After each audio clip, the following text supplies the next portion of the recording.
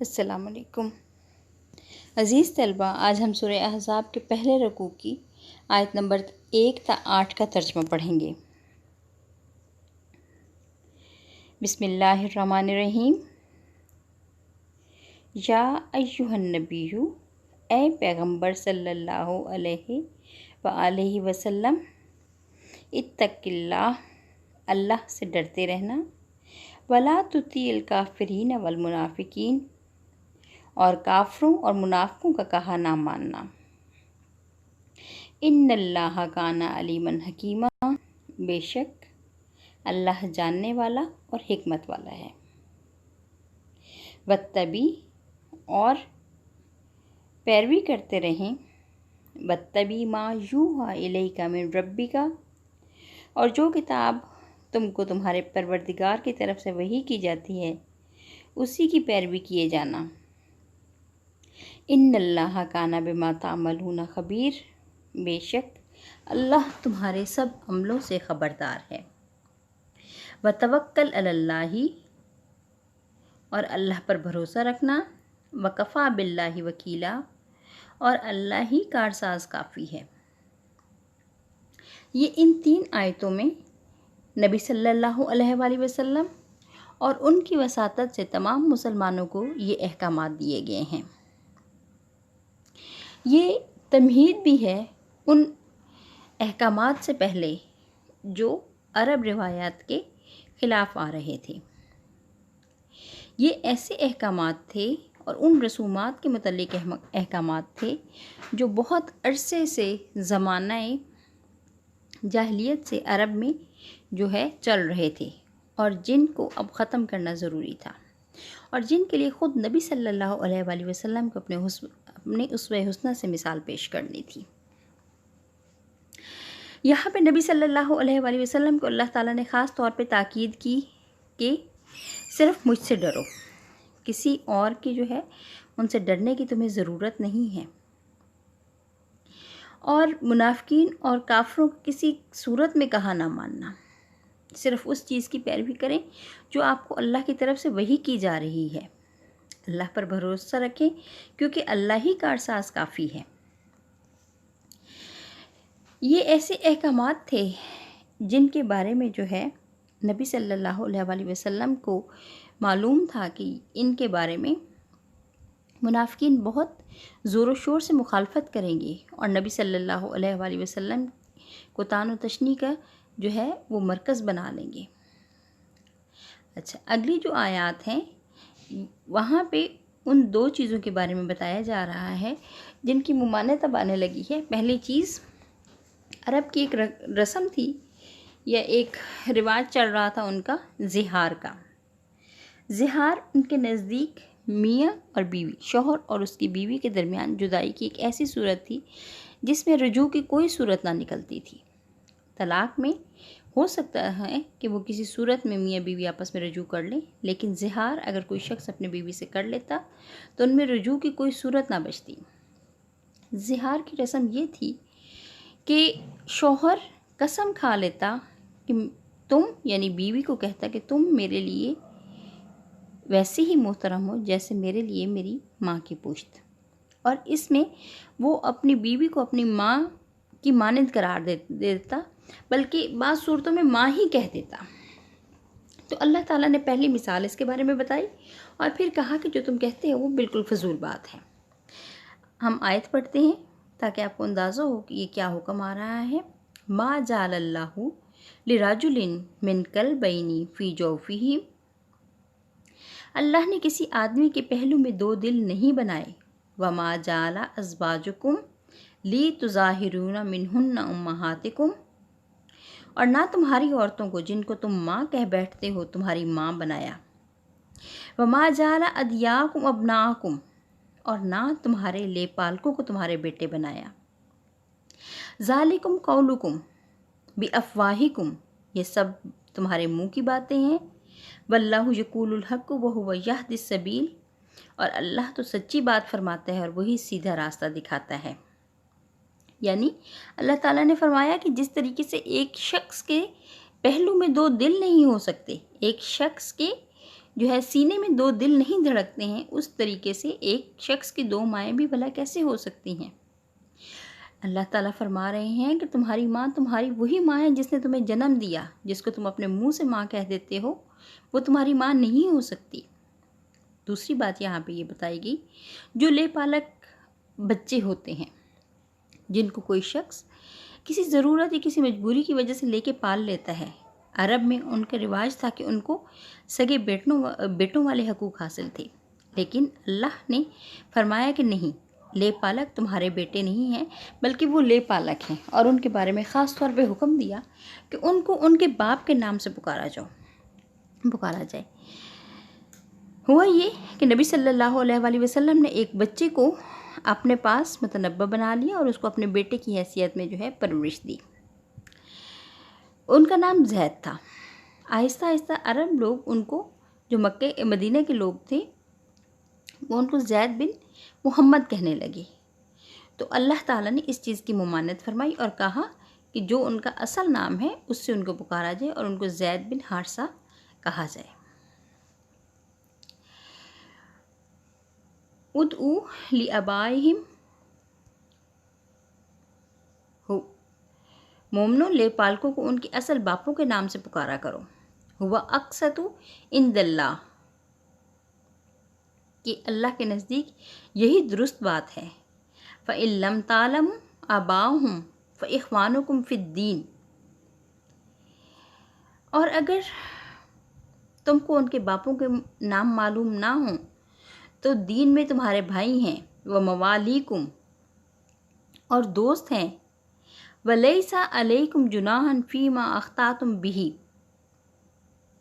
اور جو بات تم سے غلطی سے ہو گئی اس میں تم پر کچھ گناہ نہیں، ولیکن ما تعمدت قلوبکم، لیکن جو قصد دلی سے کرو اسی پر مواخذہ ہے۔ وکان اللہ غفور الرحیم، اور اللہ بخشنے والا مہربان ہے۔ نبی صلی اللہ علیہ وسلم، پیغمبر، اولا بالمومنین من انفسہم، مومنوں پر ان کی جانوں سے بھی زیادہ حق رکھتے ہیں۔ وازواجہ امہاتہم، اور پیغمبر کی بیویاں ان کی مائیں ہیں۔ واولو الارحام بعضهم اولی ببعض، اور رشتہ دار آپس میں کتاب اللہ کی روح سے مسلمانوں اور مہاجروں سے ایک دوسرے کے ترکے کے زیادہ حقدار ہیں۔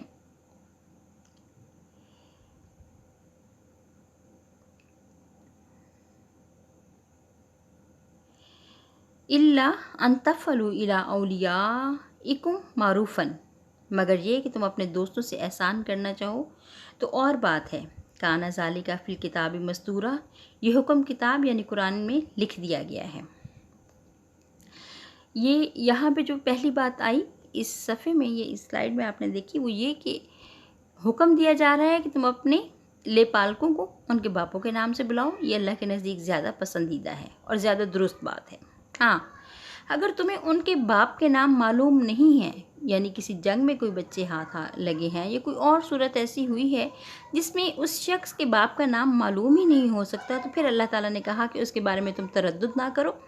ان کے ساتھ باپ کے نام لگانے کی ضرورت نہیں، بس وہ تمہارے دین میں بھائی ہیں اور تمہارے دوست ہیں۔ اچھا، اگلی بات یہ کی جا رہی ہے کہ اس معاملے میں کوئی تم پہ خطا نہیں ہے، جیسے ہم کسی کو بلا لیتے ہیں کہ بیٹا کہہ کے یا بیٹی کہہ کے یا بھائی یا بہن کہہ کے یا اماں جی کسی وقت ہم کہہ دیتے ہیں، تو اس کا یہ مطلب نہیں کہ ہم نے اس کو سچ مچ جو ہے ماں یا بیٹی یا بیٹے کی حیثیت دے دی ہے، بلکہ وہ احتراماً اور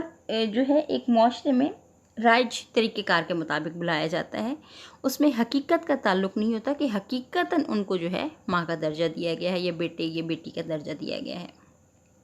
لیکن اگر کوئی قصد دلی سے کرے، یعنی جان بوجھ کر ایسا کرے، یعنی اپنے باپ کے بجائے کسی اور شخص کو اپنا باپ قرار دے دے، تو یہ جو ہے اس معاملے میں جو ہے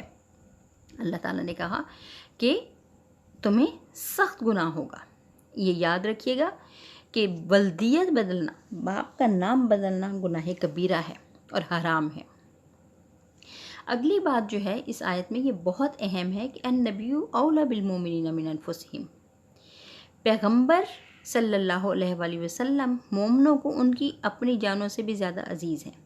یعنی اگر کہیں پہ انتخاب کرنا پڑے مومنوں کو اپنی جان اور نبی صلی اللہ علیہ وآلہ وسلم کی محبت میں سے، تو ایک مومن کے لیے یہ جائز نہیں کہ وہ خود اپنی ذات کو چھوڑ کے نبی صلی اللہ علیہ وآلہ وسلم کو ہمیشہ ترجیح دے گا۔ وہ اس پہ جائز نہیں ہے کہ وہ اپنی جان کی فکر کرے، بلکہ نبی صلی اللہ علیہ وآلہ وسلم کی ذات مبارک اس کی اپنی جان سے بھی زیادہ عزیز ہونی چاہیے، اور یہ ایمان کا درجہ ہے۔ اگر کسی شخص کو نبی صلی اللہ علیہ وآلہ وسلم سے اپنی جان سے بڑھ کے محبت نہیں ہے تو وہ اس کا ایمان مکمل نہیں ہے۔ دوسرا حکم آگے نبی صلی اللہ علیہ وآلہ وسلم کی ازواج کے بارے میں آ رہا ہے کہ ان کی بیویاں جو ہیں وہ نبی صلی اللہ علیہ وسلم کی بیویاں باقی مسلمانوں کی ماؤں کا درجہ رکھتی ہیں، اور وہ ہمیشہ کے لیے نبی صلی اللہ علیہ وسلم کی بیویاں ہی رہیں گی، اور کوئی جو ہے ان کے ساتھ نبی صلی اللہ علیہ وآلہ وسلم کی زندگی میں ان کی طلاق دینے کی صورت میں اور نبی صلی اللہ علیہ وسلم کی وصال کے بعد بھی ان سے نکاح نہیں کر سکتا۔ اگلی بات وہ اولو الارحام کی بات ہو رہی ہے کہ جو اولو الارحام ہیں یعنی جو قریبی رشتہ دار ہیں، جو رحمی رشتہ دار ہیں یعنی جو سگے رشتہ دار ہوتے ہیں، وہ وراثت کے حقدار ہیں۔ اللہ تعالیٰ نے ان کے حصے مقرر کر دیے ہیں، اور کہا گیا کہ عام مومنین اور مہاجرین سے زیادہ ان کا حق بنتا ہے اولو الارحام کا۔ وراثت کے حقدار اولو الارحام ہیں یعنی جو سگے رشتہ دار ہیں۔ لیکن اگر کوئی تم بھلائی کرنا چاہو، کوئی نیکی کرنا چاہو اپنے دوستوں کے ساتھ تو تم کر سکتے ہو، یعنی ان کو وراثت میں حصہ نہ دو، کوئی اور آپ ان کو تحفے تحائف دینا چاہتے ہیں تو وہ دے سکتے ہیں۔ یہ اللہ کی کتاب میں مقرر حق ہے، یعنی جو وراثت کا حق ہے وہ ورثہ کے لیے مخصوص ہے، وہ عام لوگوں کے لیے نہیں، اپنے ہمسایوں کے لیے یا جو ملنے کے لوگ ہوتے ہیں ان کے لیے نہیں ہے، دوست احباب کے لیے نہیں ہے، بلکہ وراثت جو ہے وہ جو حقیقی حقدار ہیں وراثت کے ان کے ذمے ہیں۔ یہاں پہ ان آیت میں بتایا گیا، اگلی جو ہے 8ویں آیت ہے وَإِذْ أَخَذْنَا مِنَ النَّبِيِّينَ مِيثَاقَهُمْ، اور جب ہم نے پیغمبروں سے عہد لیا، وَمِنْكَ، اور تم سے، وَمِن نُوحٍ وَإِبْرَاهِيمَ وَمُوسَىٰ وَعِيسَىٰ ابْنِ مَرْيَمَ، اور نوح سے اور ابراہیم علیہ السلام سے اور موسیٰ سے اور مریم کے بیٹے عیسیٰ سے،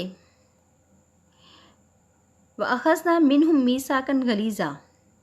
اور عہد بھی ان سے پکا لیا۔ یہ عہد انبیاء سے لیا گیا تھا کہ وہ اللہ کی شریعت کے اور اللہ کے احکامات کی مکمل پیروی کریں گے، اور اپنی زندگی اللہ کی عبادت میں اور اللہ کی طرف بلانے میں وقف کر دیں گے، اور اس کے ساتھ کوئی شریک نہیں ٹھہرائیں گے، اور اللہ کا پیغام جوں کا توں منو ان جو ہے وہ لوگوں تک پہنچا دیں گے۔ اچھا، لِيَسْأَلَ الصَّادِقِينَ عَنْ صِدْقِهِمْ، تاکہ سچ کہنے والوں سے ان کی سچائی کے بارے میں دریافت کرے، وَأَعَدَّ لِلْكَافِرِينَ عَذَابًا أَلِيمًا، اور اس نے کافروں کے لیے دکھ دینے والا عذاب تیار کر رکھا ہے۔ یعنی یہ جو انبیاء سے عہد لیا گیا ہے وہ نہ صرف ان سے عہد لیا گیا ہے بلکہ ان کے عہد کے بارے میں پوچھا بھی جائے گا۔ ٹھیک ہو گیا، یہ ہمارا جو ہے یہ رکوع ہے۔ اب ایک دفعہ میں آپ کو اس کے لفظی معنی بتا دیتی ہوں۔ یا ایہا، اے نبی اتقی، ڈرتے رہیں اللہ سے، ولا، اور نہ، تُتی، آپ کہنا مانیں، کافرین، کافروں کا، والمنافقین، اور منافقوں کا، انا، بے شک، اللہ کانا ہے، علیمن، جاننے والا، حکیمن، حکمت والا، واتبی، اور پیروی کیجئے، ما، جو، یوہا، وحی کی جاتی ہے، الیکا، آپ کی طرف، من ربک، آپ کے رب کی طرف سے، ان اللہ، بے شک اللہ تعالیٰ، کانا ہے، بما، ساتھ اس چیز کے جو تعملون تم عمل کرتے ہو، خبیرن، باخبر یا خبردار، وتوکل، اور آپ بھروسہ رکھیں، اللہ، اللہ پر، وکفا، اور کافی ہے، باللہ، اللہ، وکیلن، کارساز، ما جعل اللہ، نہیں بنایا اللہ نے، لرجلن، کسی آدمی کے لیے، من قلبین، دو دل، فی جوفہ، اس کے سینے میں، اس کے پہلو میں، وما جالا اور نہیں بنایا ازواجکم تمہاری بیویوں کو لی جن سے تظاہرونا تم زہار کر بیٹھو، یعنی ان کو ماں کہہ بیٹھتے ہو، منہنہ ان میں سے، امہاتکم تمہاری مائیں، وما جالا اور نہیں بنایا ادعیاءکم تمہارے لے پالکوں کو، ابناکم تمہارے بیٹے، ذالکم یہ سب، قولکم باتیں ہیں، بافواہکم تمہارے منہ کی، واللہ اور اللہ تعالیٰ، یقولو فرماتا ہے، حق کا سچی بات، وہوا اور وہی، یہدی دکھاتا ہے، سبیل سیدھا راستہ، ادعوہم مومنو پکارو ان کو، لآبائہم ان کے باپوں کے نام سے، ان کے اصل باپوں کے نام سے، ہوا وہ، اقسطو زیادہ درست ہے، عند اللہ اللہ کے نزدیک، فإن پھر اگر، لم نہ تعلموا تم جانو، آباہم ان کے باپوں کے نام، فإخوانکم پس وہ بھائی ہیں تمہارے، فی الدین دین میں، وموالیکم اور دوست ہیں تمہارے، ولیسا اور نہیں ہے، علیکم تم پر، جناحٌ کوئی گناہ، فیما اس چیز میں، اخطأتم جو تم سے غلطی میں ہو گئی، بھی ساتھ اس کے، ولیکن اور لیکن، ما جو، تعمدت قصد سے کرو، جان بوجھ کے کرو، قلوبکم اپنے دل سے، وکانا اور ہے، اللہ اللہ، غفوراً بخشنے والا، رحیماً مہربان، النبی پیغمبر صلی اللہ علیہ وآلہ وسلم، اولا زیادہ قریب ہیں، بالمومنین مومنوں کو، من انفسہم اپنی جانوں سے، وازواجہ اور ان کی بیویاں، اور اس کی بیویاں یعنی نبی صلی اللہ علیہ وآلہ وسلم کی بیویاں، امہاتہم ان کی مائیں ہیں، یعنی مومنوں کی مائیں ہیں، وَأُولُو الْأَرْحَامُ اور رشتہ دار، بعضہم اولا ببعض ایک دوسرے کے زیادہ قریب ہیں، فی الکتاب اللہ اللہ کی کتاب میں، من المومنین مومنین سے، والمہاجرین اور مہاجروں سے، الا مگر، ان یہ کہ، تفعلوا تم کرو، الی اولیاءکم اپنے دوستوں کے ساتھ، معروفاً کوئی بھلائی، کوئی احسان، کان ذالکا یہ ہے، فی الکتابی کتاب میں، مستوراً لکھ دیا گیا، وَإِذْ أَخَذْنَا اور جب ہم نے لیا، من النبیین پیغمبروں سے، میثاقہم ان کا وعدہ، ومنک اور آپ سے، ومن نوح اور نوح علیہ السلام سے، وابراہیم اور ابراہیم علیہ السلام سے، وموسیٰ اور موسیٰ علیہ السلام سے،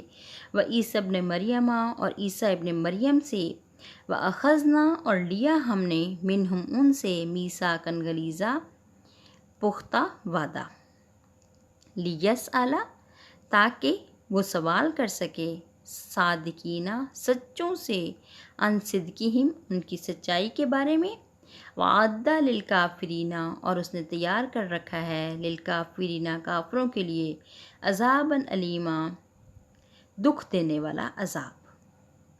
امید ہے کہ آپ نے اس کو اچھے طریقے سے سمجھ لیا ہوگا۔ اللہ تعالی ہمیں قرآن مجید کو پڑھنے کی اور سمجھنے کی توفیق عطا فرمائے۔ جزاک اللہ خیر۔